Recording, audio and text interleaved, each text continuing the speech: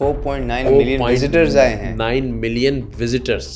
پچھلی حکومت میں کتنے آئے ہوں گے؟ پورے 77 سال میں 1.5 لاکھ سے اوپر نہیں ہے. 50,000 بچے جو کہ اس وقت آئی ٹی کے ایڈوانس کورسز کر رہے ہیں. 11,000 سے زائد موٹر بائکس جو شہر سے چوری ہو گئیں وہ ہم نے کچھ کو نئی اور کچھ کو ریکنڈیشن. اور یہ ساری جو میں باتیں آپ سے کر رہا ہوں یہ ڈاکومنٹڈ ہے. This is a way to whitewash MQM's past image. اگر کراچی کے نوجوانوں کے ہاتھ میں کسی نے کلشنکوف دی تھی تو اس گورنر نے ان کے ہاتھ قلم دیا ہے. تو بیچ میں جو MQM اپنا راستہ کھو گیا تھا ایک طرح سے، وہ کیوں کھو گیا تھا؟ اچھے برے لوگ ہر پارٹی میں ہیں. میں یہ مانتا ہوں کہ آج اس ملک کی خرابی میں سب سے بڑا CSS سسٹم کا نظام ہے. کراچی والا شکارپور ٹرانسفر ہو جاتا ہے، بلوچستان والا تربت سے زیارت، کیونکہ جو آدمی سیٹ پر آتا ہے وہ یہ سمجھتا ہے کہ میں ٹیمپریری آیا ہوں 6 مہینے کے لیے، 8 اور مہینے جتنا کما کے جتنا کما سمجھا. ہمارے پاس جو لوگ آتے ہیں نا وہ 2-3 کاموں کے لیے آتے ہیں. FIR نہیں کٹ رہی یا میرے بیٹے کو جھوٹی FIR میں اٹھا لیا. آپ کے ہاں ایک SHO بھی کسی کا موبائل ٹیلی فون نہیں اٹھاتا اگر نمبر سیف نہیں ہے. تو میں ہر اس چیز میں مداخلت کرتا ہوں جو آئین کے مطابق نہ چل رہی ہے.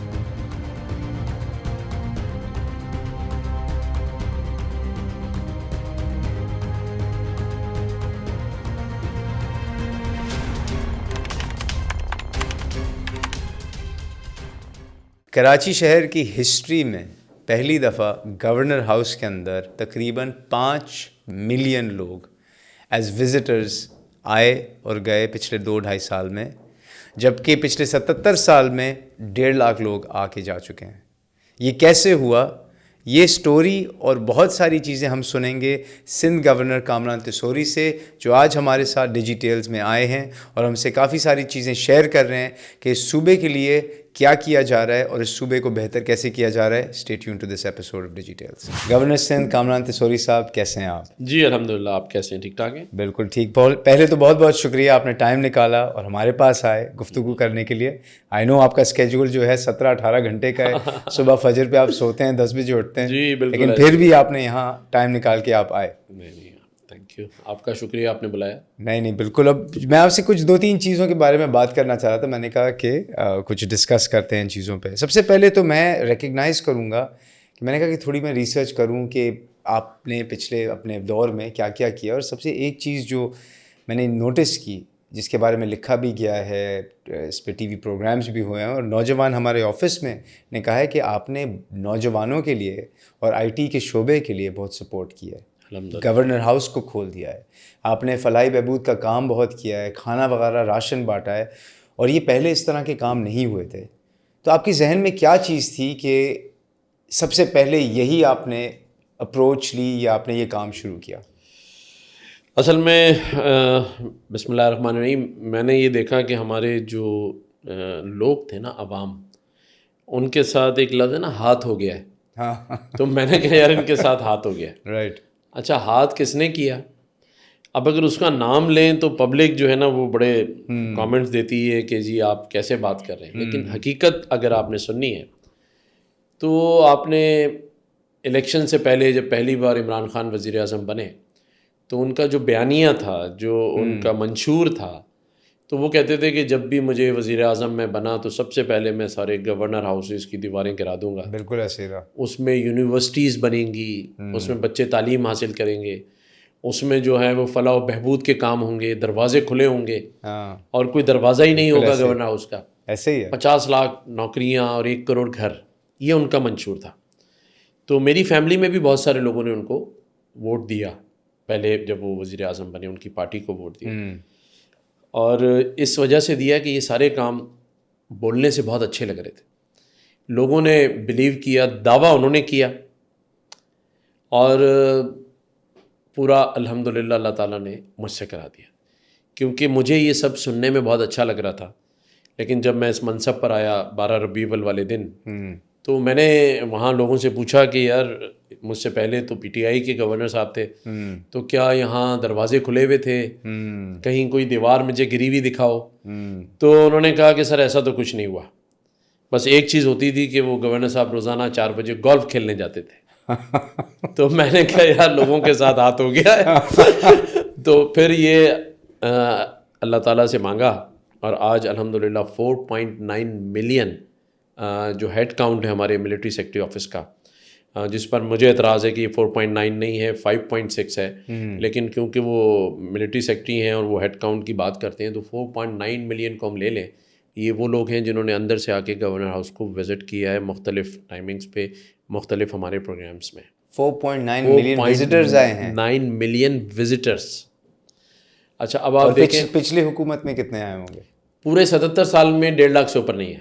نہیں جی یہ بھی ہیڈ کاؤنٹ ہے، لکھا ہوا ہے، رجسٹرڈ ہے، کیونکہ گورنر ہاؤس ایک ایسی جگہ ہے کہ جو بھی اندر آتا ہے شخص اس کا ہیڈ کاؤنٹ ہوتا ہے. بالکل.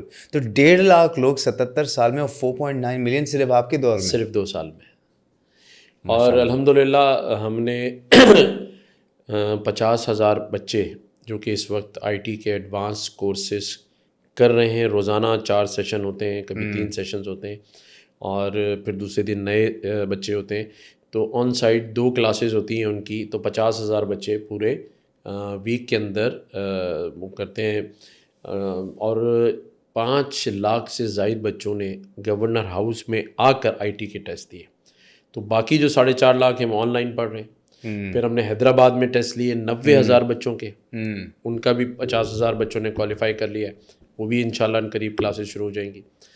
9.5 لاکھ لوگوں نے راشن باکسز لیے. اور یہ ساری جو میں باتیں آپ سے کر رہا ہوں یہ ڈاکومنٹڈ ہے. 9.5 لاکھ راشن ہم نے کہاں سے لیا اس کا ایویڈنس، اور کن لوگوں کو دیا اس کا ایویڈنس، دونوں گورنر ہاؤس کے اندر موجود ہے. اور یہ فنڈ کیسے کرتے ہیں اس کو آپ؟ یہ 1 روپیہ بھی اس میں گورنمنٹ آف سندھ کا، گورنر ہاؤس کا یا گورنمنٹ آف پاکستان کا نہیں ہے. یہ میں خود اور میرے دوست پرائیویٹ فنڈنگ کے تھرو، یہ پرائیویٹ فنڈنگ ہے، کوئی 1 روپیہ بھی گورنمنٹ کا نہیں ہے. 11,000 سے زائد موٹر بائکس جو شہر سے چوری ہو گئیں وہ ہم نے کچھ کو نئی اور کچھ کو ریکنڈیشنز دی. اچھا. جو بچے کی بھی موٹر بائک گم جاتی ہے، اگر وہ بائکیا میں کام کرتا ہے یا وہ ایسی جگہ نوکری کرتا ہے جہاں وہ موٹر بائک کے بغیر نہیں جا سکتا، وہ FIR کی کاپی دے اور ہم اس کو نئی یا ریکنڈیشن بائک فوراً دے دیتے ہیں. اسی طرح ہم نے 9,000 سے زائد لیپ ٹاپس لوگوں کو ابھی تک دیے ہیں. اور یہ جو 9,000 میں آپ سے کہہ رہا ہوں تو 9,000 لوگوں کا ڈیٹا ہمارے پاس موجود ہے. اسی طرح ہم نے تقریباً کوئی 7,500 سولر سسٹم جو 300 یونٹ تک کے گھروں میں لگنے تھے وہ لگوا کے لوگوں کو دیے ہیں. اور یہ سب free of cost? Free of cost, 1 روپیہ بھی کسی سے نہیں. 21,000 فروٹس اور سبزی کے ٹھیلے جس میں 15,000 کی سبزی ہے یا 15,000 کا فروٹ ہے، ایک ترازو ہے، اس کا سارا سسٹم ہے، وہ ہم اس کو ہینڈ اوور کرتے ہیں. اسی طرح کئی 100 لوگوں کو رکشاز دی ہم نے. کئی 100 لوگوں کو ہم نے جو سامان ٹرانسفر کرنے والی موٹر بائک جس میں آپ اچھا خاصا سامان 1,500 سے 1,800 روپے روز کما سکتے ہیں. ہم نے 11,000 سے زائد پاپ کارن کی مشینیں اور 13,000 سے زائد چپس کی مشینیں.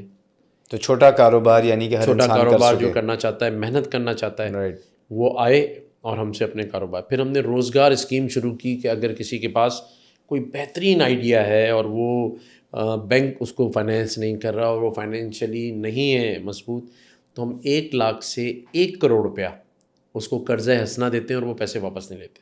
تو مجھے ایک چیز سمجھائیں پھر، کیونکہ میں آج ایک ہیڈ لائن پڑھ رہا تھا، آج ہی ہیڈ لائن آئی تھی کہ امریکہ میں ایک پرائیویٹ بزنس مین جس کا نام ایلون مسک ہے اس کو گورنمنٹ میں لے کے آئے، اور اس نے آج ایک فیصلہ دیا ہے کہ USAID جتنا بڑا ادارہ ہے اس کو بند کر رہے ہیں، کیونکہ USAID میں بہت زیادہ خرچے ہو رہے تھے اور مطلب کوئی اکاؤنٹیبلٹی نہیں تھی. تو آپ سوچیں USAID جیسا بڑا ادارہ، ایک پرائیویٹ بزنس مین آیا، اس نے کہا یار یہاں بہت زیادہ خرچے ہو رہے ہیں، اس کو بند کرو. اب آپ ایک پرائیویٹ بزنس مین ہیں، پرائیویٹ بزنس ہمیشہ کمرشل طریقوں سے چیزوں کو دیکھتا ہے. مجھے ایک چیز سمجھائیں کہ ہمیں ہر صوبے میں گورنر اور چیف منسٹر کی کیوں ضرورت ہے؟ ایک انسان، شخص، ایک دفتر کیا پورا صوبہ نہیں چلا سکتا؟ کیونکہ اگر آپ اس پوزیشن میں اتنا کام کر پا رہے ہیں تو ہمیں 2 عہدوں کی کیا ضرورت ہے؟ ایک ہی عہدے کے اندر پورا صوبہ نہیں چل سکتا کیونکہ خرچے ڈبل ہو رہے ہیں، اور آپ ایک پرائیویٹ بزنس مین ہیں تو آپ کا مائنڈ تو اس طرح چلتا ہوگا جس طرح ایلون مسک کا چلتا ہے. تو آپ کی کیا رائے ہے؟ دیکھیں میں آپ کو بتاؤں کہ جہاں تک آپ نے ایک بزنس مین کی بات کی نا، تو بزنس مین کوئی بھی ہو اس کے بیک آف مائنڈ میں ہمیشہ پروفٹ ٹیکنگ رہتی ہے. نقصان کا سودا کوئی بزنس مین نہیں کرتا ہے. تو جو بھی ہم کام کرتے ہیں تو سوچتے ہی ہیں کہ اس میں نقصان نہ ہو، اور نقصان کس کا نہ ہو؟ پبلک کا نہ ہو، لوگوں کا نہ ہو، حکومت کا نہ ہو. تو یہ تو اپنی جگہ ہے. لیکن جہاں آپ نے 2 ہاؤسز کے بعد 1 ہاؤسز کی بات کی، تو میں سمجھتا ہوں کہ بڑے بڑے ہاؤسز دونوں نہیں ہونے چاہیے. یہ ایک آفس ہونا چاہیے جس میں چیف منسٹر بیٹھے, ایک آفس ہونا چاہیے جس میں گورنر بیٹھے, اور کام ہونا چاہیے. لیکن ہمیں دونوں عہدوں کی کیوں ضرورت ہے؟ کیا کانسٹیٹیوشنل ریکوائرمنٹ ہے؟ کیا کانسٹیٹیوشنل, ویسے تو اتنے امینڈمنٹس ہوتے رہتے ہیں ہمارے کانسٹیٹیوشن میں, at this point why do we need to? دیکھیں وہ اس لیے کہ ایک سلسلہ چلا آ رہا ہے کئی برسوں سے, وفاق کا جو نمائندہ صوبے میں ہے وہ گورنر ہوتا ہے, اور گورنر جو ہے وہ صوبے میں آئینی سربراہ ہوتا ہے. بالکل ٹھیک ہے. اسی طرح سے chief justice Sindh high court کا اوتھ ہو, یا ان کی چھٹیاں ہوں, یا ان کے ہاں ججز کی جو اپائنٹمنٹس ہے, یا ان کی ریکوائرمنٹس ہیں, وہ ساری سمریز اور فائلنگ گورنر کے پاس آتی. سندھ اسمبلی کا اجلاس کب بلانا ہے, کب بند کرنا ہے, وہ گورنر اس کی اجازت دیتا ہے. اسی طرح جو بھی سندھ اسمبلی میں قانون پاس ہوتے ہیں یا کیبنٹ سے جو بڑے فیصلے ہوتے ہیں, ان کا فائنل اتھارٹی جو ہے وہ سائن کرنے کی گورنر ہوتا ہے. تو اس حساب سے تو ٹھیک ہے کہ چیک اینڈ بیلنس اور وفاق کا نمائندہ صوبے میں, اور آئینی پوسٹ ہے جس کے اندر وہ دیکھتا ہے کہ کس طرح صوبہ آئین اور قانون کے مطابق چلے. تو وہاں تو اس کی ریکوائرمنٹ مجھے نظر آتی ہے, کیونکہ ایک ایگزیکٹو سسٹم ہے, اس پر نظر رکھنے کے لیے اور ان کی چیزوں کو چیک اینڈ بیلنس کرنے کے لیے, نظر رکھنے کے لیے وفاق کی طرف سے ایک صوبے کو ایک گورنر دیا جاتا ہے جو کہ ان ساری چیزوں کو دیکھ رہا ہوتا ہے. ٹھیک ہے, تو وہاں تک ٹھیک ہے. لیکن آپ نے جو بات کی جس کا تاثر میں نے لیا ہے کہ ڈبل خرچے اور 2 ہاؤسز کو چلنا, تو اس میں میانہ روی ہونی چاہیے.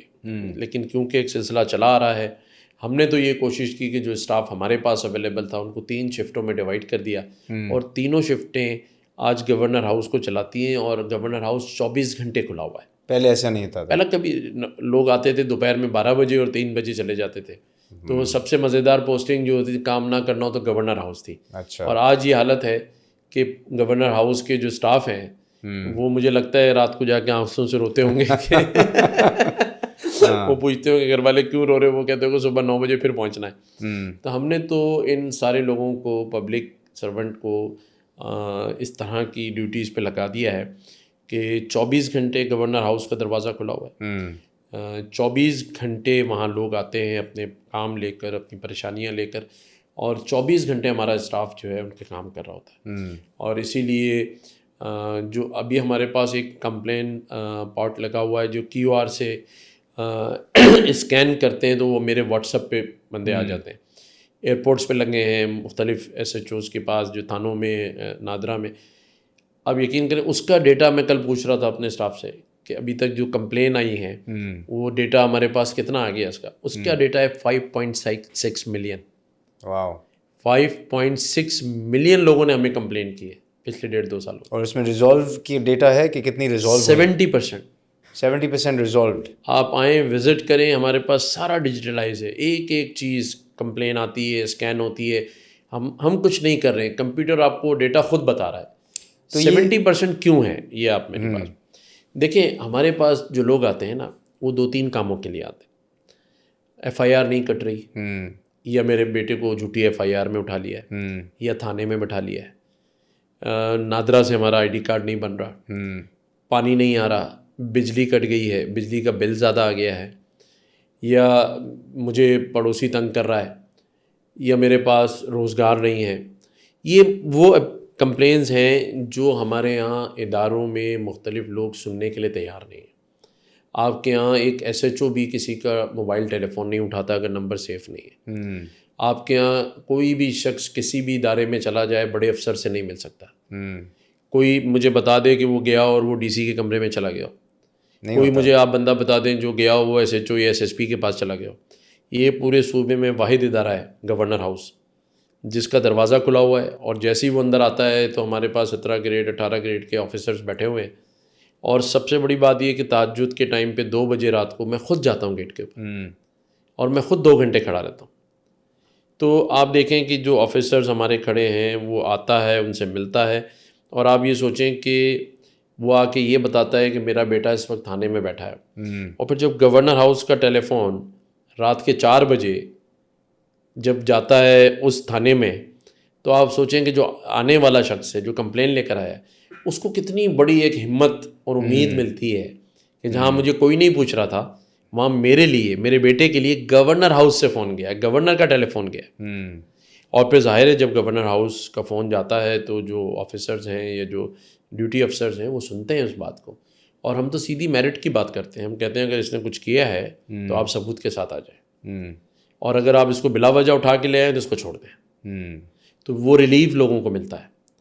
ہم لوگوں کے کام, میں اگزامپل دیتا ہوں, ایک عورت ہمارے پاس آئی 12 سال سے وہ اپنے 60 گز کے مکان کو لیز کرانے کے لیے ڈپارٹمنٹ میں جا رہی تھی. 12 سال سے 12 سال سے کرانا صرف لیز کرانے. ہماری جو رخسانہ رضی ہیں وہ ایک لا آفیسر ہیں جو ہمارے پاس بیٹھتی ہیں, وہ خود چل کر گئیں. 1 ہفتے کے بعد اس کی لیز ہو گئی. تو وہ جب آئی تھی ہمارے یہاں بیلوبو پہ وہ رو رہی تھی. وہ کہہ رہی تھی کہ میرے پاس اتنے پیسے نہیں تھے کہ شاید میں ان کو دے پاتی. اور جب میں نے اس سے رخسانہ رضی سے پوچھا کہ کیا ایشو تھا اس کا, اس نے کہا سر صرف یہ ایک ایشو تھا کہ جو فائل چلتی ہے وہ پیسوں کے ساتھ چلتی ہے. تو جب سب کہتے ہیں کہ اس کے پاس پیسے نہیں ہیں تو اس کو کوئی نہ کوئی آبجیکشن لگا کے وہ اس کو واپس بھیج دیتے تھے. تو 12 سال دھکے کھانے کے بعد 6 دن میں گورنر ہاؤس سے اس کو لیز مل گئی. یہ جو آپ نے بات کی ہے یہ گورننس کی بات ہے. ساری جو آپ نے باتیں کی گورننس کی بات ہے. پنجاب کے اندر گورننس کو کافی حد تک امپروو کیا گیا تھا, اور مطلب میں بھی کچھ اداروں کے یہاں گیا تھا جہاں پہ آپ ڈائریکٹ جا کے اپوائنٹمنٹ لے کے لوگوں سے مل سکتے تھے. کافی اسٹریم لائن ہو گیا تھا جب شہباز شریف چیف منسٹر تھے وہاں پہ. تو آپ نے جو باتیں کی ہیں گورننس کے حوالے سے, وہ ایگزیکٹو جو ہے پروونس کا وہ کیوں نہیں ریزالو کر پا رہا؟ جو فیڈرل کا نمائندہ ہے, جو گورنر ہے, اس کو اسٹیپ ان کرنے کی کیا ضرورت ہے؟ کیونکہ آپ نے تو جس طرح ایکسپلین کیا ہے وہ تو وفاق کا نمائندہ جو ہے صرف ایک گورننس, ایک اوور سائٹ کے لیے بیٹھا ہوا ہے, ناٹ فار ایگزیکیوشن. میں نے اس چیز کو ایسے بھی سوچا ہے جو میں آپ سے شیئر کر رہا ہوں کہ وفاق کا نمائندہ اپنی جگہ ہے, لیکن کیونکہ میں آئینی صوبے کا سربراہ ہوں تو میں یہ سمجھتا ہوں کہ آئین عوام کے لیے ہے اور صوبے کو آئین کے قانون کے مطابق چلنا ہے. تو میں ہر اس چیز میں مداخلت کرتا ہوں جو آئین کے مطابق نہ چل رہی ہو. تو اس سے کنٹروورسی نہیں کریٹ ہوتی کہ بھائی لیکن ہم اپنا کیونکہ کام کر رہے ہیں, ہم کسی کو بورڈ آف ریونیو میں الاٹمنٹ کے لیے فون نہیں کرتے, ہم کسی آئی جی کو اپنا ایس ایچ او لگانے کے لیے فون نہیں کرتے, ہم کسی کمشنر کو اپنا مختار کار لگانے کا فون نہیں کرتے, کوئی ڈی سی نہیں لگوا رہے. اور جیسے میں نے کہا نا, ہم وہ چھوٹے چھوٹے کام جو کہ سب اگنور کر کے بیٹھے ہیں, وہ جو دلوں کی دھڑکن عوام کی ہے, اسی لیے لوگ اب عوامی گورنر کے نام سے مجھے پکارنے لگے, کیونکہ عوام نے پہلی بار دیکھا کہ کسی نے اپنے گھر کو کھولا, اپنے گھر کے دروازے کھولے. اور جب میں نے ان کی حالت زار دیکھی, ان کی تکلیف دیکھی, ان کی پریشانی دیکھی, تو آپ یقین کریں فیضان بھائی میں 2.5 سال سے سکون سے سویا نہیں ہوں. مجھے نہیں آتی ہے نیند, اور مجھے نہیں پتا تھا کہ لوگوں کے ایسے ایسے مسائل ہیں, لوگ ایسی ایسی مشکلوں میں. ایک دن میں باہر کھڑا تھا, ایک فیملی آئی, انہوں نے کہا میرا بیٹا آغا خان میں زندگی اور موت کی کشمکش میں 4 دن سے ہم نے پیسے جمع نہیں کرے, اور 40 لاکھ سے اوپر ان کا بل تھا, خاندان میں سب سے ادھار لے لیا. تو میں نے کہا, ایک گاڑی بھی ان کی کھڑی تھی باہر کروڑ. تو عورت نے کہا کہ میرے ہسبینڈ اس میں بیٹھے. میں نے کہا ان کو بلائیں. تو اس نے کہا کہ وہ کہہ رہے ہیں کہ میرے پیروں میں طاقت نہیں ہے کہ میں جا کے پیسے مانگ سکوں. تو یہ گاڑی کے پیپر ہیں لیکن ہم کہاں جائیں, ابھی واپس آغا خان سے آ رہے ہیں, وہ کہہ رہے ہیں آپ ڈسچارج کریں. تو ہم نے وہ پورے پیسے جمع کرائے. اور اس طرح کی کئی مثالیں میں آپ کو دے سکتا ہوں کہ ایک عورت کوئٹہ سے اپنے میاں کو مل کے جب 2:30 بجے گھر پہنچی تو اس کے کرائے کی گھر پہ نیا تالا لگا ہوا تھا, اور اس کی گود میں 1.5 سال کا بچہ تھا, ایک چھوٹا بیٹا ہاتھ میں 5-7 سال کا تھا. اس کو ٹیکسی والے نے کہا کہ ابھی جو مدد کوئی ہو سکتی ہے تو تم گورنر ہاؤس چلے جاؤ, وہاں بیل لگی. جب وہ آئی میں نے اس کو سنا, اس نے کہا کہ میرے میاں نے 4 مہینے سے کرایہ نہیں دیا. تو جو مالک مکان ہے یہ تالا اس نے لگایا. ہم نے مالک مکان سے بات کی, اس نے کہا میں بھی ایک ایسا آدمی ہوں, میرا گزر بسر کرائے پہ ہوتا ہے, 40,000 سے زائد کرایہ ہے. تو ہم نے کہا کرایہ ہم دیں گے. تو اس نے کہا اچھا میں بھی کھول دیتا ہوں. تو وہ جس طرح عورت پلٹ کے بھاگی تو کسی نے اس کو کہا آپ نے شکریہ بھی ادا نہیں کیا. اس نے کہا میں بھول گئی کیونکہ میں نے 5 گھنٹوں سے اس 1.5 سال کے بچے کو دودھ نہیں پلایا. تو آپ جب اگر ہمارے پاس کبھی آئیں گے نا تو آپ کو ایسے مناظر نظر آئیں گے کہ ایک باپ اور ماں کھڑے زاروں قطار رو رہے تھے کیونکہ ان کی جوان بچی اپنی خالہ کے ساتھ اور ماموں کے ساتھ شادی پہ جا رہی تھی. سکر سے پہلے کڈنیپ ہو گئی, بس سے اتار کے لے گئے. اب ایک جوان بیٹی جو کہ شادی میں جا رہی ہے ماموں کے, اگر وہ کڈنیپ ہو جائے آپ سوچیں اس کے ماں باپ کی کیا حالت ہوگی. ہم نے الحمدللہ اس کو 24 گھنٹے کے اندر بازیاب کرایا. تو یہ جو گورنر ہاؤس کا جو بیل آف ہوپ ہے وہ امید کی کرن ہے کیونکہ وہاں اب لوگوں کے کام ہونا شروع ہو گئے. گورنر یا گورنر ہاؤس کا عملہ وہ خوشی محسوس کرتا ہے ایسے لوگوں کے کام کر کے جو بے آسرا, بے یار و مددگار, کسی امید, کسی کے منتظر ہیں کہ وہ ان کی ہیلپ کریں. تو آپ کا سمجھتے ہیں کہ یہ کام کرنے سے کبھی ایک ایسا وقت آئے گا کہ جو ایکچوئل ادارے ہیں, جو پروونس کے ادارے ہیں جن کا کام ہی یہی ہے, جن کا they've been here for this, کہ وہ یہ کام بھی کریں گے بنسبت یہ کہ وہ جا کے فون کریں کہ یار اس کو لگا دو, اس کو پوسٹ کر دو, اس کو چینج کر دو, جس میں اوبیسلی جس طرح چیزیں چلتی ہیں یہاں پہ. کیا آپ سمجھتے ہیں کہ وہ ایک وقت آ سکتا ہے اس صوبے کے اندر, کیونکہ اس صوبے میں تو چیلنجز وہ بہت ہیں. رام بھائی دیکھیں, ابھی آپ نے اپنے انٹرو میں بتایا کہ میرے آنے سے پہلے آپ کے اسٹاف نے بھی بتایا کہ گورنر ہاؤس میں آئی ٹی پر بڑا کام ہو رہا ہے, راشن پر کام ہو رہا ہے. تو یہ باتیں آپ نے اپنے لوگوں سے سنی ہیں اور جو اب سر عام ہو گئی ہیں. مجھے فلائٹس میں لوگ مل کے یہ باتیں کرتے ہیں. میں لنڈن گیا تو مجھے ایج وے روڈ پہ جن کو ہم پی ٹی آئی کے یوتھیے کہتے ہیں وہ نوجوان آ کے کہہ رہے تھے ہم آپ کے فین ہیں, وہ میرے ساتھ سیلفیاں بنا رہے تھے. تو یہ پورے شہر میں, پورے صوبے پاکستان میں بات اب پھیل گئی ہے.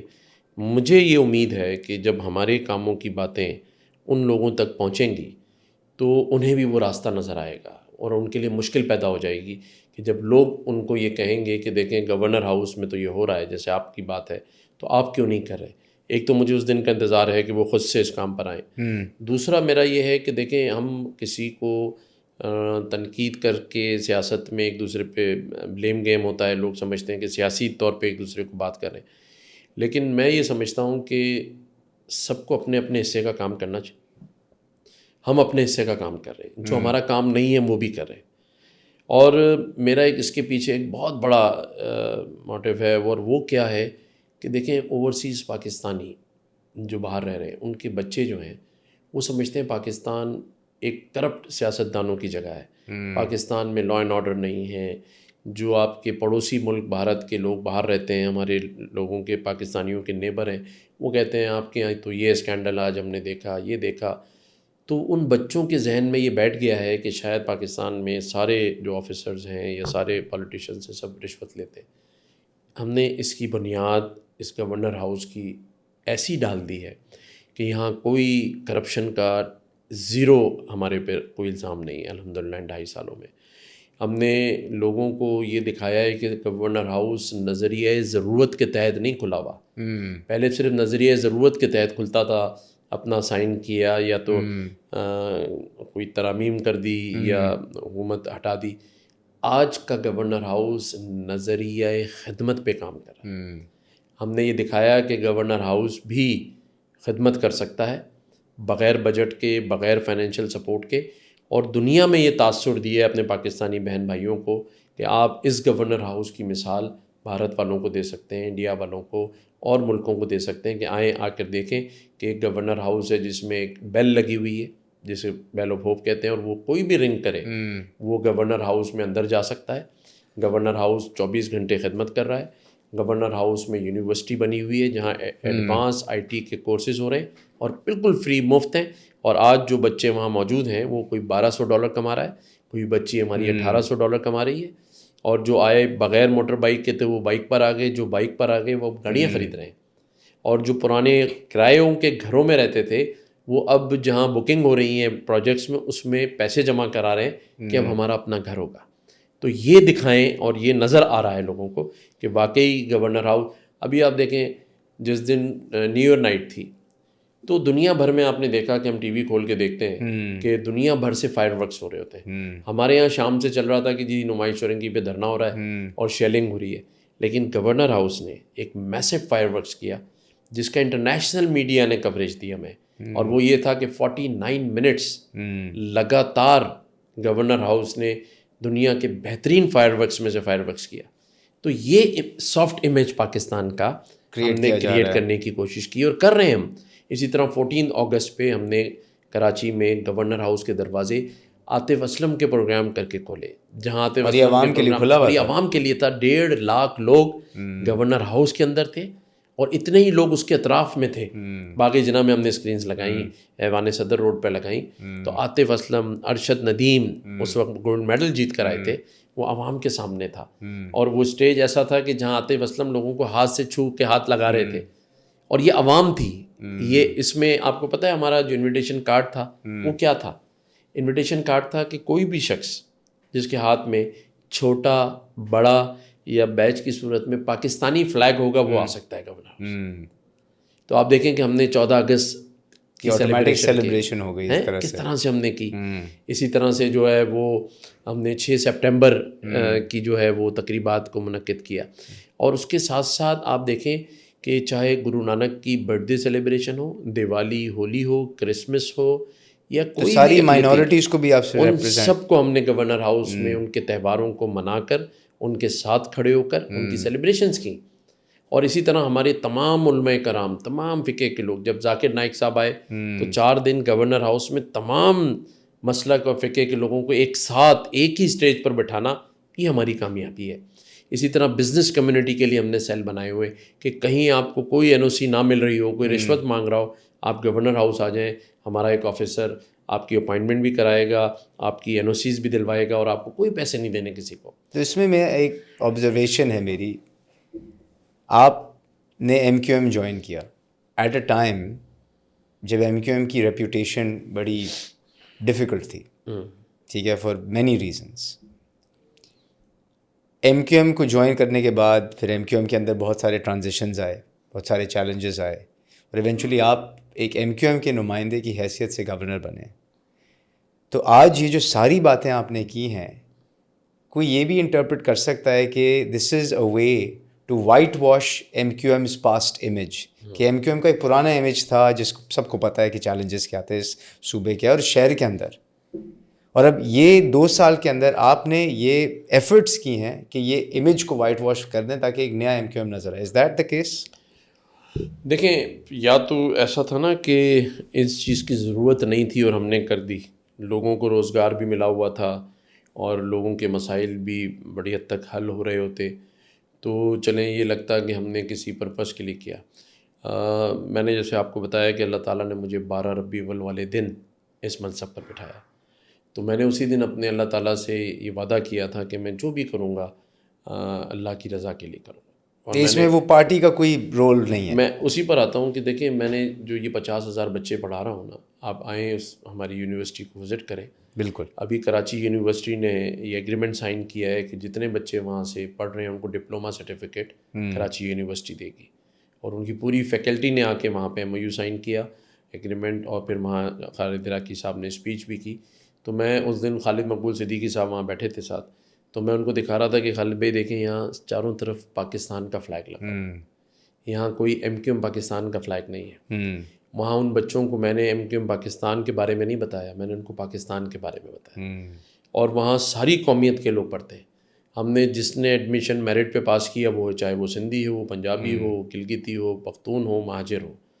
تو یہ تو ان 2.5 سالوں میں نے یہ تاثر کبھی نہیں دیا کہ MQM پاکستان کو جو ہے میں یہ کہوں کہ یہ ان کو کوئی فیس سیونگ یا ان کی جو پرانی باتیں تھیں اس کو ٹھیک کرنے کے لیے کیا ہے. ہاں یہ ضرور ہے کہ مجھے MQM پاکستان نے بنایا، میں MQM کا گورنر ہوں، حق پرست گورنر ہوں، اور میری خواہش ہے کہ میری پارٹی کے بارے میں جو باتیں ہوتی ہیں وہ اگر غلط ہیں تو وہ نہیں ہونی چاہیے. اگر کراچی کے نوجوانوں کے ہاتھ میں کسی نے کلشنکوف دی تھی تو اس گورنر نے ان کے ہاتھ میں قلم دیا ہے، اس گورنر نے ان کو IT کی ترغیب دی ہے، اس گورنر نے ان کے ہاتھ میں اگر کوئی بے روزگار ہے تو اس کو راشن دیا ہے، کوئی بغیر موٹر سائیکل کے اس کو چھینی نہیں موٹر بائیک بلکہ دی ہے. تو یہ وہ سارے کام ہیں اور آج دن تک جاری اور ساری ہیں. یہ راشن 2 سال سے بٹ رہا ہے. کیونکہ یہ بالکل ہی کانٹراسٹ کرتا ہے جو آئی تھنک 12 سال، کیونکہ ایم کیو ایم کے پاس ہی تھا گورنر ہاؤس پہلے 12 سال کے لیے، اور اس زمانے میں بالکل ڈفرینٹ طریقے سے چلایا جاتا تھا. تو آپ نے تو ایک بالکل ہی اس کو ٹرانزیشن کر دیا. ایم کیو ایم کو جب موقع ملا ہے، بہت سے لوگوں کو نہیں پتہ کہ ایم کیو ایم نے ینگیسٹ میئر پاکستان میں کراچی میں اگر کسی کو دیا تو وہ ڈاکٹر فاروق ستار بھائی. بالکل. اور آج اگر آپ ان کے بارے میں بہت ساری باتیں جو لوگوں کو نہیں پتہ، یعنی میں اگزامپل دوں کہ کراچی پریس کلب کی زمین ڈاکٹر فاروق ستار نے دی. کراچی کی جتنی جو کچی آبادیاں تھیں ان کو ریگولرائز، چاہے وہ کشمیریوں کی تھی، چاہے وہ بلتیوں کی تھی، چاہے وہ پٹھانوں کی تھی، کراچی کی ساری جو اس طرح کی آبادیاں تھیں ان کو ریگولرائز ڈاکٹر فاروق ستار بھائی نے کیا. آج آپ کے جو بڑی بڑی پانی کی پائپ لائنز ہیں اگر وہ بچھی ہیں تو ڈاکٹر فاروق ستار بھائی کے ٹائم پر. اور ایسے 100 کام ہیں جو میں ڈاکٹر فاروق ستار بھائی کے گنوا سکتا ہوں. اسی طرح سے جب مصطفیٰ کمال بھائی کو میئرشپ ملی تو کراچی کے جتنے انڈر پاسز ہیں، بہت سارے اسکولز، ہاسپٹلز، ہزاروں کام ایسے ہیں جو ان کے ٹائم پر ہوئے اور لوگوں نے دیکھے ہیں. اسی طرح سے ایم کیو ایم کے جو گورنر تھے اس ٹائم پر وہ بھی کافی متحرک گورنر تھے. ایشوز کو ریزالو کرانا ہو، کئی لوگوں کو بٹھا کے فیصلے کرانے ہوں، اس میں انہوں نے اپنا کردار ادا کیا. اسی طرح سے جب ایم کیو ایم کو موقع ملا ہے، اسی طرح اس بار جب موقع ملا اور یہ گورنر ایم کیو ایم کو ملا ہے اس گورنر کے بعد، تو اس نے بھی اپنا جو کام تھا، جو طریقہ کار تھا اس کو کر کے دکھایا. تو یہ ایم کیو ایم کی ہسٹری رہی ہے، کیونکہ اس کے ساتھ ایک ایسی جماعت ہے جو مڈل کلاس لوگوں سے بلانگ کرتی ہے. ہمارے یہاں کوئی وڈیرے نہیں ہیں، کوئی جاگیردار نہیں ہے، تو ان لوگوں کو بڑی تکلیف ہوتی ہے کہ ایک عام آدمی کیسے اسمبلی میں پہنچ گیا. میں خود ایک عام آدمی تھا، مجھے ایم کیو ایم نے گورنر بنایا. میرا کوئی خاندانی بیک گراؤنڈ، میرے دادا نانا یا والد صاحب کوئی بہت بڑے پولیٹیشین نہیں تھے پاکستان میں، لیکن ریکگنائز بزنس مین تو تھے. بزنس مین تھے نا. لیکن ایم کیو ایم ہی ہے جو ان لوگوں کو ایوانوں تک پہنچا دیتی ہے جن کے بارے میں لوگ سوچ نہیں سکتے. اور جب انہوں نے جس کو پہنچایا، یہ جو مثالیں میں نے آپ کو دی ہیں، انہوں نے بہت کچھ کر کے دیا ہے. بہت سارے ہزاروں کام ایسے ہیں جو اب شاید لوگ بھول گئے ہیں یا لوگوں کو یاد نہیں آتے، لیکن وہ ایم کیو ایم کے ہی پلیٹ فارم سے ہوئے ہیں. تو بیچ میں جو ایم کیو ایم اپنا راستہ کھو گیا تھا ایک طرح سے، وہ کیوں کھو گیا تھا؟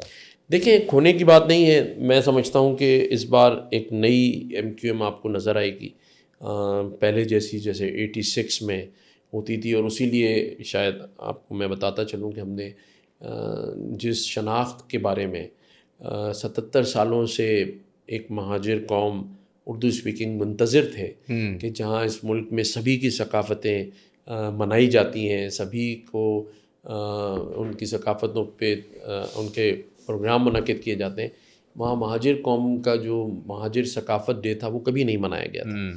24 دسمبر کو میں نے گورنر ہاؤس کے اندر مہاجر ثقافت ڈے کا پروگرام رکھا. اور ثقافتی تاریخ کا ہی نہیں بلکہ کسی بھی، مجھے وسیم بدامی صاحب آپ کے بہت معروف اینکر ہیں، ان کے الفاظ ہیں کہ میں نے لکس ایوارڈ ہو، ہم ایوارڈ ہو، یا دنیا میں کہیں میں گیا ہوں، اتنا بڑا اسٹیج جو مہاجر ثقافت والے دن ہم نے گورنر ہاؤس میں بنایا جو گورنر ہاؤس کی دیواروں سے 16 فٹ اونچا تھا اور سارا ڈیجیٹل اسٹیج تھا. اور 7D جسے 3D ہوتا ہے، 7D والی اسکرین لگا کر، اور 190 فٹ چوڑی اور تقریباً 68 فٹ اونچی ڈیجیٹل اسکرین لگائی. اور مہاجر ثقافت کو پہلی بار سرکاری یا ریاستی سطح پر ایکسیپٹ کرا دیا. پہلی دفعہ، یعنی پہلی دفعہ ہسٹری میں 77 سالوں میں. حیدر عباس رضوی بھائی کے الفاظ مجھے ابھی تک کانوں میں گونج رہے ہیں کہ انہوں نے کہا ہم گورنر سندھ کا شکریہ ادا کرتے ہیں کہ جس چیز کے لیے ہم 77 سالوں سے انتظار میں تھے، تو یہ بھی الحمدللہ اس شہر کے بیٹے، اس کراچی کے بیٹے، اردو اسپیکنگ ایک مہاجر گورنر نے گورنر ہاؤس میں، کیونکہ گورنر ہاؤس ایک آئینی سربراہ کا رہائش گاہ ہے، آفس ہے، اس میں ثقافتی پروگرام مہاجر کلچر ڈے منا کر اس پوری مہاجر قوم کو ریکگنائز کرا دیا، ایکنالج کرا دیا کہ 24 دسمبر کو اب ہر سال مہاجر کلچر ڈے منایا جائے گا. کیا آپ ایک وقت ایسا دیکھ سکتے ہیں جہاں پہ یہ مہاجر قوم یا ایم کیو ایم اس پورے صوبے کو چلا سکے instead of a Sindhi lead party? دیکھیں، میں یہ سمجھتا ہوں کہ اچھے برے لوگ ہر پارٹی میں ہیں. پیپلز پارٹی ہے ہمارے یہاں، سندھی لوگ ہیں زیادہ، لیکن بہت اچھے لوگ بھی ہیں. دانشور لوگ ہیں، اور آپ کو پتہ ہے سندھ ویسے ہی صوفیاؤں کی دھرتی ہے.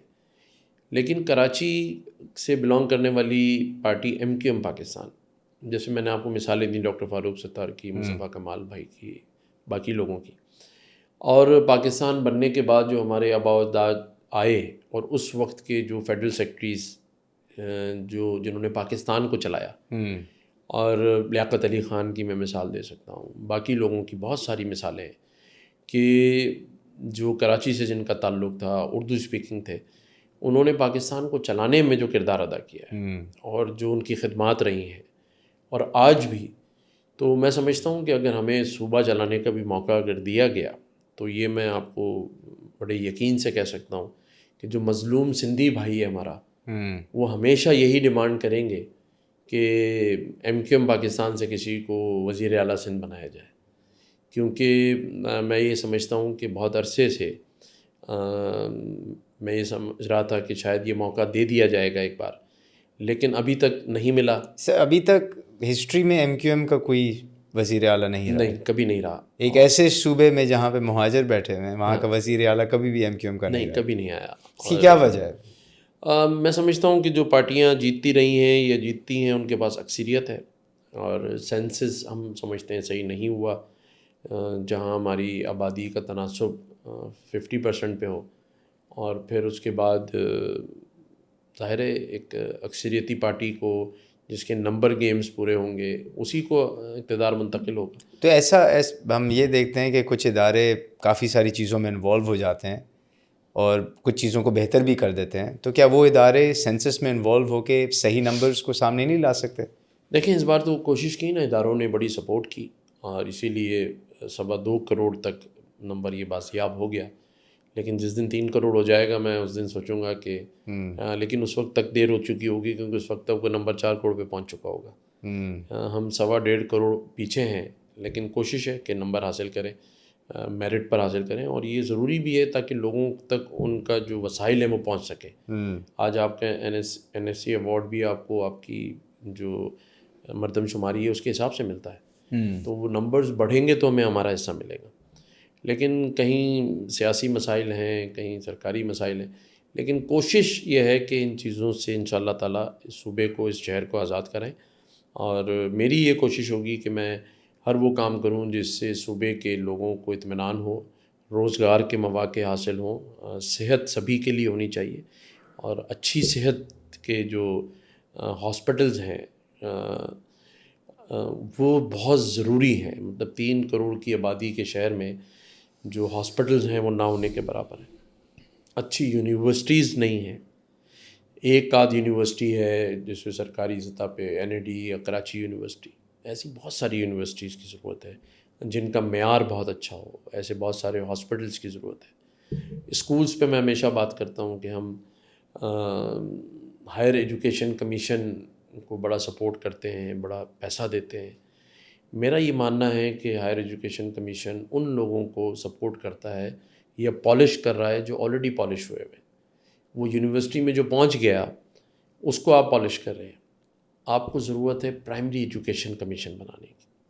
ایون ووکیشنل ٹریننگ کا بھی ایک ہونا چاہیے. وہ بھی پرائمری ایجوکیشن کمیشن کو میں اس لیے کہہ رہا ہوں کہ 5 سال کے بچے کو ہم نے دیکھنا ہے کہ وہ کہاں جا سکتا ہے. ٹھیک ہے، وہ کمیشن ڈیسائیڈ کرے. ہمارے ہاں آٹزم کا ایک بہت بڑا ایشو ہے، اس کے اوپر کوئی کام نہیں کر رہا. اسپیشل بچوں کے سکولز نہیں ہیں.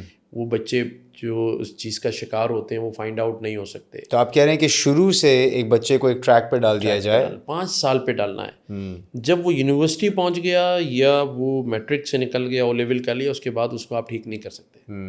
یہ 5 سال کے بچے کو آپ کا یہ کمیشن جو ہے پرائمری ایجوکیشن کمیشن، وہ ڈیسائیڈ کرے گا کون سا سلیبس پڑھانا ہے، اس کی کیسے ٹریننگ کرنی ہے، تربیت کیسے کرنی ہے، اس کو اچھا انسان کیسے بنانا ہے.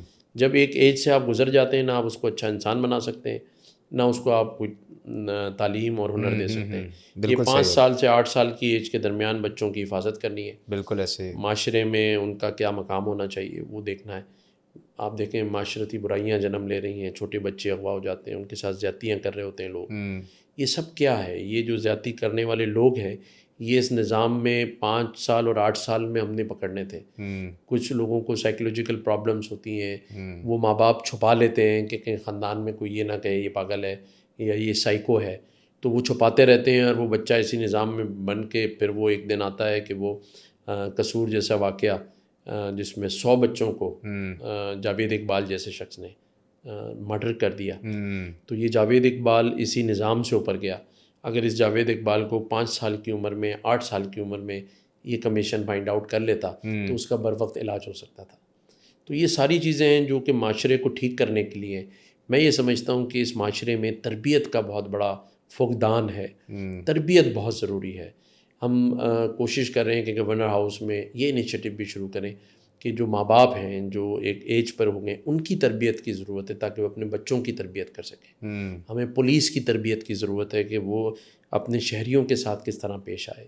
ہمیں ان سب لوگوں کی تربیت کی ضرورت ہے جو اس معاشرے کا حصہ ہیں, اسٹیک ہولڈرز ہیں, جن کو ہم دیکھتے ہیں, جن سے ہم سیکھنے کی کوشش کرتے ہیں, ان کی بھی تربیت ہونی ضروری ہے تاکہ ہم اپنے آنے والی نئی نسل کی تربیت کر سکیں, تاکہ پھر یہ 9 مئی جیسے واقعات نہ ہوں, 12 مئی جیسے واقعات نہ ہوں.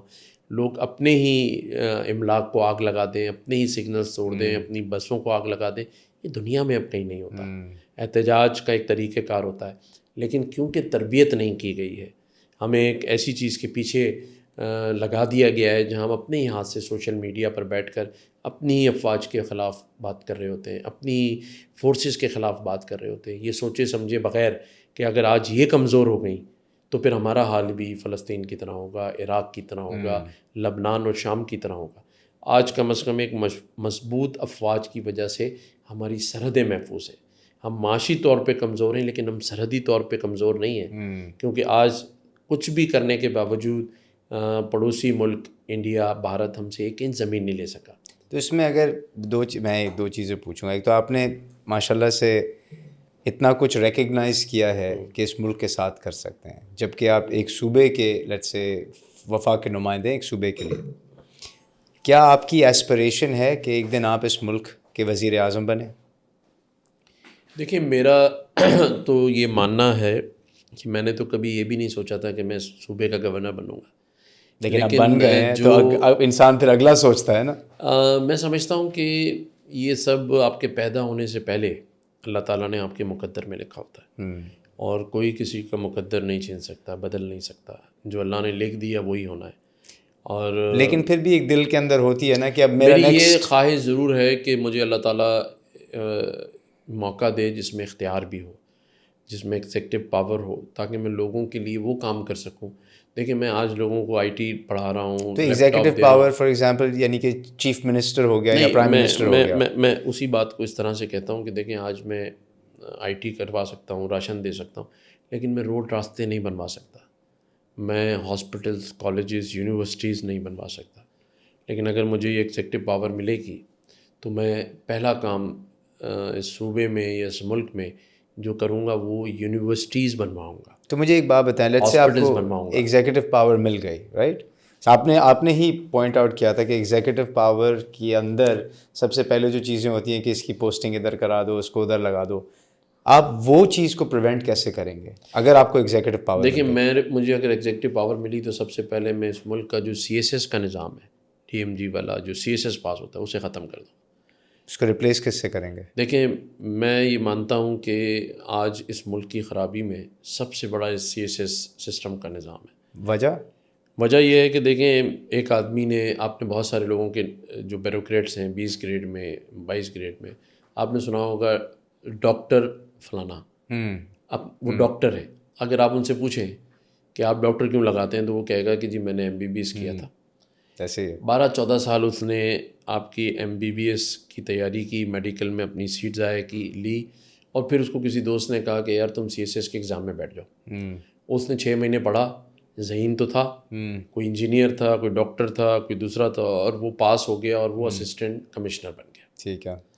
اب آپ مجھے بتائیں, یہ جو اسسٹنٹ کمشنر ہے یہ اپوائنٹ ہو کر پہلی پوسٹنگ اس کی لگتی ہے فیصل آباد میں. ابھی 1 سال یا 6 مہینے میں وہ اس علاقے کو سمجھا ہوتا ہے تو اس کو لاہور ٹرانسفر کر دیتے ہیں. کراچی والا شکارپور ٹرانسفر ہو جاتا ہے, بلوچستان والا تربت سے زیارت, KPK والا سواز سے مالاکنڈ. اور یہ پھر گھومتے رہتے ہیں اور جب یہ 20 گریڈ میں پہنچتے ہیں تو کسی دن پتہ چلتا ہے کہ ان کو سیکٹری واٹر کمیشن لگا دی. اب میں آپ سے پوچھتا ہوں کہ جس آدمی کے پاس صرف ایک جنرلائز ایڈمنسٹریشن کا ایکسپیرینس تھا اس کو واٹر کمیشن کا کیا ایکسپیرینس ہے؟ تھوڑے دن بعد جب وہ وہاں تھوڑا سمجھتا ہے تو اس کو سیکٹری ایگریکلچر لگا دیتے ہیں. اب اس کو کیا پتہ ہے ایگریکلچر کے بارے میں؟ پھر وہ وہاں سے اٹھ کے secretary industries, secretary finance, secretary فلانا، اور یہ سارا جو فیلڈ ہے جس میں یہ جا رہا ہے یہ اسپیشلائز فیلڈ ہے. تو آپ یہ سمجھتے ہیں کہ جو بیوروکریسی ہے وہ جنرل ایڈمنسٹریشن نہیں ہونی چاہیے، وہ اسپیشلائزڈ ہونی چاہیے، اسی ڈپارٹمنٹ میں ہونی چاہیے. تو ساری بیوروکریسی پھر اس کا مطلب پھر بالکل فنکشنل ہو جائے گی کہ فائنانس والے صرف فائنانس میں ہوں گے، ایگریکلچر والے ایگریکلچر میں ہوں گے. جی آپ دیکھیں نا، لیکن یہ تو ایک مشکل نظام ہوگا کہ اس طرح سے لوگوں کو ڈھونڈنا. نہیں مجھے آپ بتائیں نا، اگر آپ CSS پاس بھی کرواتے ہیں تو پھر آپ پہلے دن اس کے ہاتھ میں ایک پیپر دے دیں کہ جی یہ ہمارے 9 ڈپارٹمنٹس ہیں اسپیشلائزڈ، ان میں سے آپ ایک چوز کر لیں. اچھا، یعنی کہ CSS پھر فنکشنل ہو جائے گا. اور پھر میں پوری زندگی یا تو فائنانس میں پوری زندگی یا تو فارن آفس میں رہوں گا، ٹھیک ہے، یا فائنینس میں رہوں گا، یا انڈسٹری میں رہوں گا، یا ایگریکلچر میں رہوں گا، یا واٹر کمیشن میں رہوں گا، تاکہ اس کا 20 سال کا تجربہ ہوگا جس سے پاکستان فائدہ اٹھائے گا. تو اگر وہ اتنی پوسٹنگ کرتا رہے پورے ملک میں، وہ صرف ایک ہی ڈپارٹمنٹ کے اندر وہ ساری پوسٹنگ جی، تاکہ اس کے پاس وہ ایکسپیرینس ہو، وہ اس کے لیے بھی فائدہ مند ہے. تو اس سے پھر بھی اس پہ امپیکٹ کیسے آئے گا کہ یہ پوسٹنگ اور یہ فائل اور یہ جو پیسے لگانے والی چیزیں ہیں یہ کس طرح سے ریزالو ہوں گی؟ آج جو یہ زیادہ پیسے چلتے ہیں نا، یہ کس بات پر چلتے ہیں؟ کیونکہ جو آدمی سیٹ پر آتا ہے وہ یہ سمجھتا ہے کہ میں ٹیمپریری آیا ہوں 6 مہینے کے لیے، 8 اور جتنا کما سمجھا. اور سب سے بڑی چیز یہ ہوتی ہے کہ جس ڈپارٹمنٹ میں آیا اس کو اس کا پتہ بھی نہیں ہوتا، وہ نیچے والے کی ایڈوائس پہ چل رہا ہوتا ہے. بالکل، کہ جی جو اس نے کہہ دیا اس نے کہا کر لے، ایماندار ہے تو کام نہیں کرے گا، بے ایمان ہے تو پیسے لے لے گا. ایسے ہی ہے. لیکن اگر ایک آدمی کو یہ پتا ہوگا کہ میں اپنی ساری زندگی جس ڈپارٹمنٹ میں ہوں اسی میں رہوں گا، اسی میں ترقی کروں گا، اور ہر ایک کو موقع بھی ملے گا. پھر جب ایک اسپیسیفک ڈپارٹمنٹ کا آدمی ہوگا تو وہ سیکٹری بھی بنے گا، فیڈرل سیکٹری بھی بنے گا، اور اس کو یہ پتا ہوگا کہ میں نے رہنا ہی اس میں، اگر آج میں نے پیسے لیے یا میں بدنام ہو گیا تو پھر پورے ڈپارٹمنٹ میں بدنام ہو جاؤں گا. یہ تو 6 مہینے کے لیے آتے ہیں، یہ تو چلے جاتے ہیں، ان کو پتہ ہی نہیں ہوتا کہ بدنامی بھی کیا چیز ہے. تو یہ جو چینجز ہیں نا ہر 6 مہینے کی، اور جنرلائز لوگوں کو لا کر جو اسپیشلائز پوسٹس ہیں ان پہ لا کے بٹھا دیا جاتا ہے، یہ پاکستان کی ترقی میں سب سے بڑی رکاوٹ ہے. اس کو چینج کرنے کے لیے کیا امینڈمنٹس لانی پڑیں گی؟ یہی جو میں نے آپ کو کہا کہ پہلے دن ہی بتا دیا جائے کہ جی جس نے جو سلیکٹ کرنا ہے، اور اس کی ایگزامپل ہے نا ہمارے پاس CSS کے اسٹرکچر میں. اس میں آج ہمارے پاس ایگزامپلس ہے فارن آفس کی. جو فارن آفس میں بھرتی ہوتا ہے وہ فارن آفس میں رہتا ہے. ایسا ہی ہے، بالکل ٹھیک. تو سیم فارمولا آپ باقیوں پہ بھی لیں. اور اسی طرح سے دیکھیں آپ کو دوسری جو سب سے بڑی ضرورت چینج کرنے کی، جوڈیشری. لیکن ایز این ایگزیکٹو کنٹرول آپ کے پاس جوڈیشری پہ تو کنٹرول نہیں ہوگا. نہیں، دیکھیں ایگزیکٹو کو، پارلیمان کو یہ قانون سازی کرنی ہوگی کہ آپ ایک سمپل LLB کیا ہوا آدمی جو کہ جس کو زیادہ نہیں ہوتا وہ LLB کر لیتا ہے، وہ 10 سال کے بعد جج بن جاتا ہے. تو آپ نے اس کا جو ایگزام ہے وہ کیا ہے؟ اگر ایک آدمی جج بننا چاہتا ہے تو وہ اتنی آسانی سے جج بن جاتا ہے، کسی 10 سال کی اس کی پریکٹس ہے. تو 10 سال میں اس نے کیا کھویا کیا کمایا وہ تو کوئی نہیں دیکھ رہا. ان کا ایک ایسا ایگزام ہونا چاہیے جس سے وہ پروسیس سے گزریں اور اس کے بعد وہ جج کے منصب پر بیٹھیں. اور اس میں بھی کارپوریٹ کے وکیل علیحدہ ہوں، کرمنلز کے علیحدہ ہوں، سول کے علیحدہ ہوں. یہ نہیں ہو کہ جس کی مرضی ہو وہ آ کے بیٹھ گیا اور صبح سے وہ اپنا کام کرنا شروع ہو جائے. اور تیسرا، اس ملک میں اگر واقعی چیزوں کو ٹھیک کرنا ہے تو مضبوط بلدیاتی نظام، اس کا نفاذ اگر نہیں ہوگا پاکستان ترقی نہیں کر سکے. لیکن اس کے لیے جو سب سے بڑا چیلنج ہے، ایگزیکٹو کو پھر اپنے کچھ پاورز ڈیلیگیٹ کر دینے down to the UC level.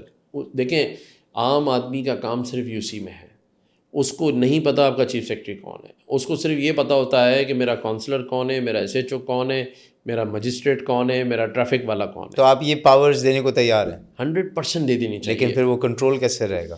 دیکھیں یا تو آپ کنٹرول کر لیں، یا پھر میں یہ کہتا ہوں کہ پاکستان بچا لیں یا شرفیہ کو بچا لیں. دونوں میں سے ایک بچ سکتا ہے، دونوں نہیں بچ سکتے.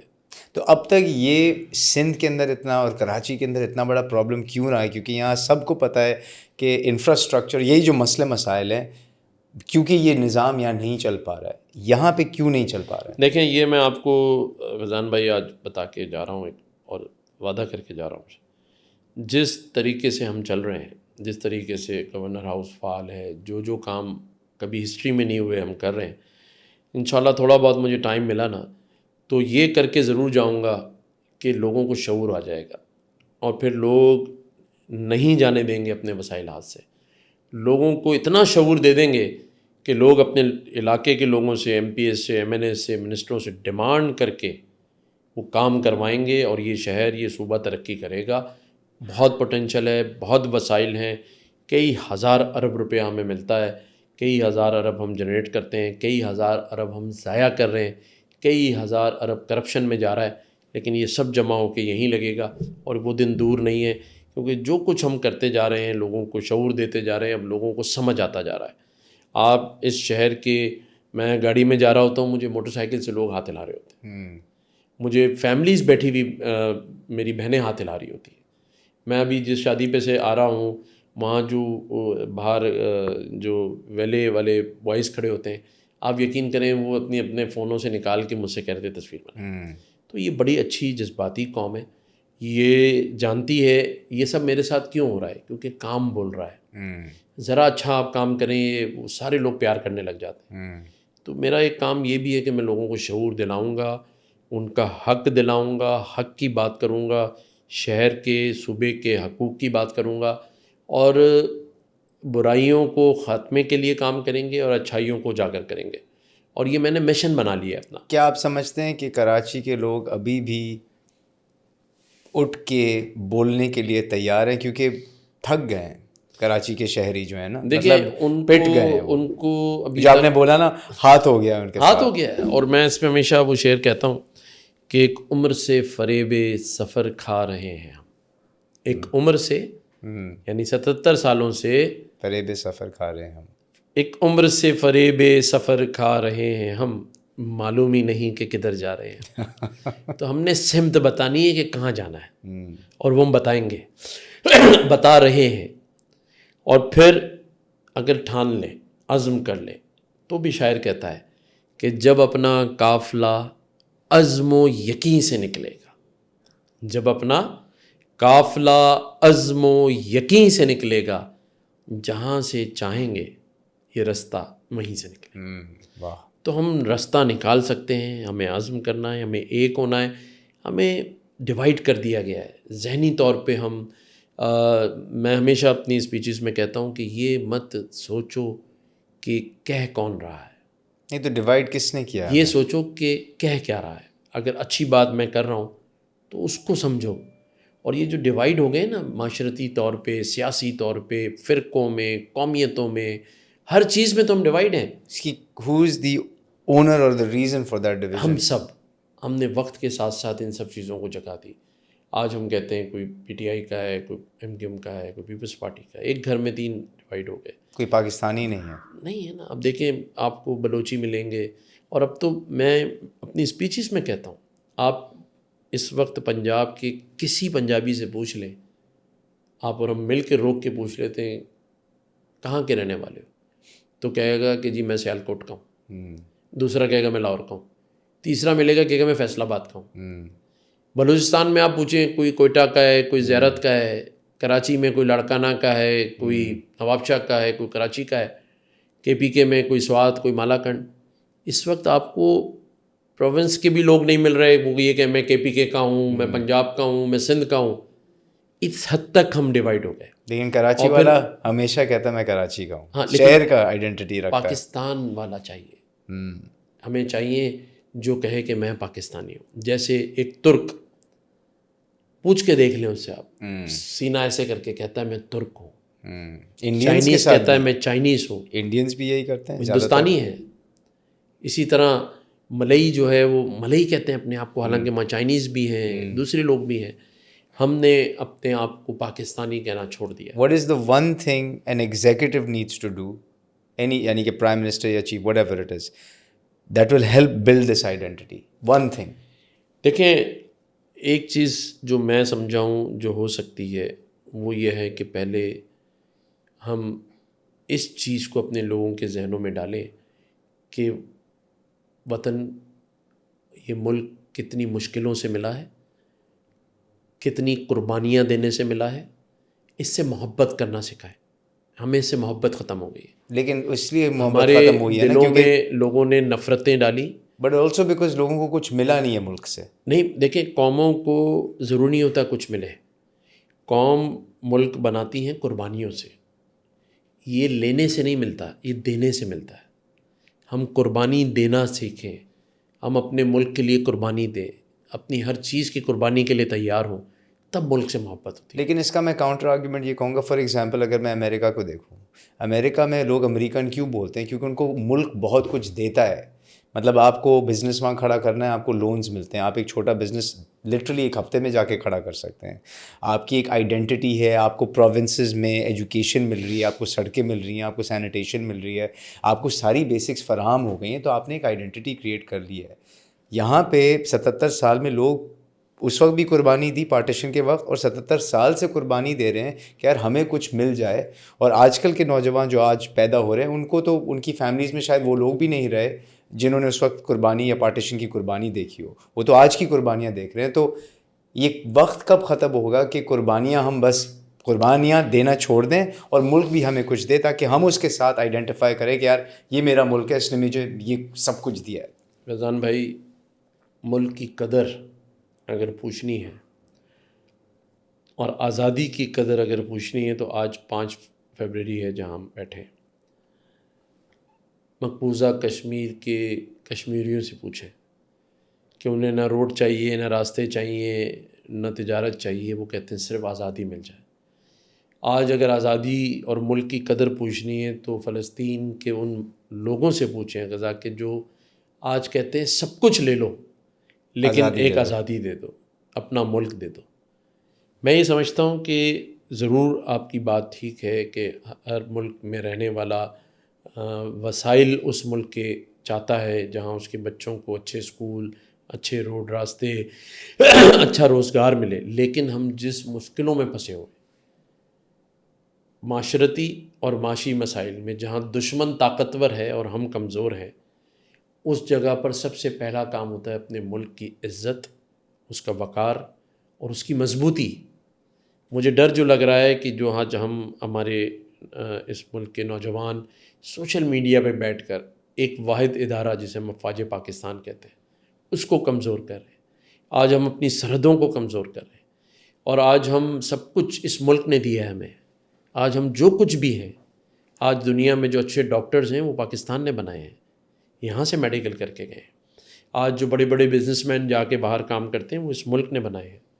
اور آج ہم سب بھی اس ملک سے، ہمیں جو ملک نے دیا ہم نے اس کو پلٹ کر نہیں لوٹایا، ہم نے وہ کچھ اپنی جیبوں میں رکھ لیا ہے.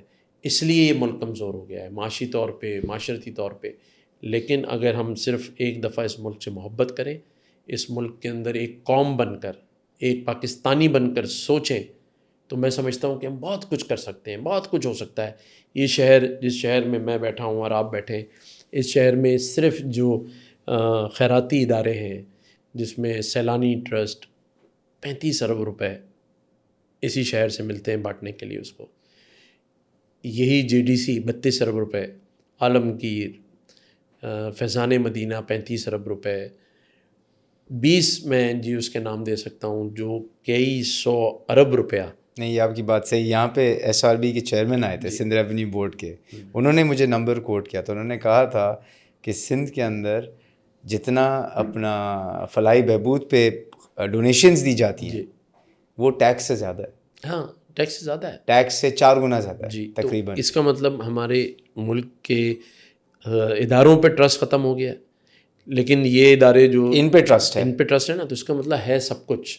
یعنی کہ لوگوں کو ٹرسٹ کرنے کا ایک دل ہے کہ ہم دینے کو تیار اور ہیں. اس کی مثال میں آپ کے سامنے بیٹھا ہوں. ہم نے 2.25 ارب روپے کا راشن بانٹا، اسی شہر کے لوگوں نے دیا. تو یعنی کہ لوگوں کے اندر وہ ہے صلاحیت کہ ہم یقین رکھنا چاہتے ہیں، ہم پیسے بھی دینے کو تیار ہیں، لیکن کس پہ ہم ٹرسٹ کریں، سوال یہ اٹھتا ہے. یہ جو میں نے اپنے سارے انیشیٹوز بتائے ہیں، 14 انیشیٹوز، یہ کراچی کے لوگوں نے ہی ہمیں فائنینس کیا. تو آپ ٹرسٹ بلڈنگ پہ آپ کا فوکس ہے جو مجھے ایک ہر چیز سمری پہ میں trust نظر آ کریں. رہا ہے. پاکستان پہ ٹرسٹ کریں, پاکستان کے لوگوں پہ ٹرسٹ کریں, حکمرانوں پہ ٹرسٹ کریں, اور حکمران ایسے بن کر دکھائیں کہ ان کو ٹرسٹ کریں. اس پہ بات آپ نے جو ارلیئر ایک ہم کر رہے تھے آپ کے اسکیجول کے حوالے سے, حکمران کے حوالے سے اور اسکیجول کے حوالے سے, آپ کا جو 17-18 گھنٹے کا اسکیجول ہے, کیونکہ آپ لوگوں کو سرو کر رہے ہیں, ٹھیک ہے, آپ ایک پبلک سرونٹ ہیں ایک طرح سے, رائٹ, سارے ایگزیکٹوز بھی پبلک سرونٹس ہیں, وہ پبلک کو سرو کرتے ہیں. جب آپ پبلک کو سرو کرتے ہیں تو اس پہ جو آپ کی زندگی پہ کیا اثر آتا ہے, کیونکہ 18 گھنٹے روز کام کرنا از ڈیفیکلٹ. بھائی پچھلے 4 دن سے میری والدہ کہہ رہی ہیں کہ تم گھر نہیں آئے ملنے کے لیے. ابھی آج چھٹی کا دن ہے, بچے صبح سے کہہ رہے ہیں کہ تھوڑا سا ٹائم ہمارے ساتھ اسپینڈ کر لیں. اور ہوتا یہ ہے کہ جب میں اسلام آباد جا رہا ہوتا ہوں تو میں 2 دن کے لیے تو اپنی پوری فیملی کو جہاز میں ساتھ لے جاتا ہوں کہ ان سے بات چیت کر لوں, ان کے ساتھ تھوڑا ٹائم گاڑی میں سفر, کیونکہ سب سے چیز جو آپ کے ہاتھ سے چلی جاتی ہے وہ فیملی, کہ ان کو آپ ٹائم نہیں دے پاتے. وہ کیسے کوپ کرتے ہیں اس آپ کے جیسے رول میں کے نے ساتھ؟ کہا کہ ابھی تو ہم ٹیم ورک کے طور پہ کام کر رہے ہیں, بیٹا بھی میرے ساتھ ہے, بیٹی بھی, مسز بھی, تو ہم چلا رہے ہیں. لیکن اگر آپ واقعی حقیقی معنوں میں 16 سے 18 گھنٹے دیں گے تو آپ کی صحت بھی خراب ہوتی ہے, آپ کے بچے, فیملی بھی دور ہوتی ہے. لیکن میں سمجھتا ہوں ان سب چیزوں سے زیادہ یہ 18 گھنٹے بھی کم ہے. جو حالت ہے میرے لوگوں کی, جس کرائسس سے وہ گزر رہے ہیں, تو میں سمجھتا ہوں سارے ہی حکمرانوں کو 24 گھنٹے دینے چاہیے, تب بھی کہیں سالوں میں جا کر ہم ان چیزوں کو ٹھیک کر پائیں گے. کوشش ہے میری, اللہ تعالیٰ سے دعا ہے کہ اللہ تعالیٰ مجھے ہمت دے اور کم از کم ہم لوگوں کو شعور دلا سکیں, کم از کم مسائل کو اجاگر کر سکیں, کم از کم لوگوں کا اعتماد اس چیز پہ بحال کر سکیں کہ چلو صوبے میں کوئی ایک گورنمنٹ کا ایسا ہاؤس تو ہے جہاں پہ کوئی ہماری سنے گا. ہماری بھی سنے گی. بہت بہت شکریہ کامران تسوری صاحب, آپ کا بھی شکریہ. آپ نے ماشاءاللہ سے خوب کام کیا ہے, اور آئی ہوپ کہ آپ کی ہیلتھ اور آپ کی لائف انٹیکٹ رہے کہ آپ مزید کام کرتے رہیں. الحمدللہ, تھینک یو, تھینک یو جی, and thank you for staying tuned to Digitals. Like, subscribe, comment کیجیے اور فیڈ بیک دیتے رہیے کہ کون گیسٹ آپ دیکھنا چاہیں گے, and we'll bring more of those. Bye bye.